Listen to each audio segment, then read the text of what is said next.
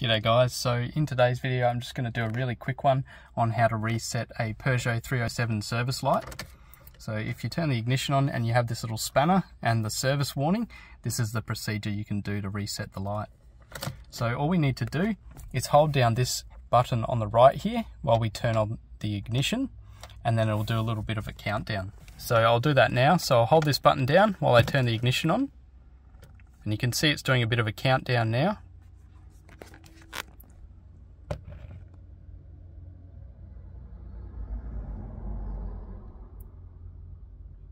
There we go, and that's reset. So now we just do an ignition cycle,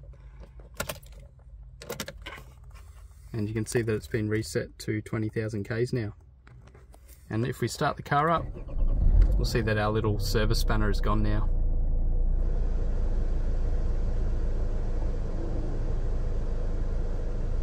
There we go. So thanks a lot for watching, guys. If this video helped you reset your Peugeot 307 service light, please give it a big thumbs up and subscribe to my channel. Cheers guys.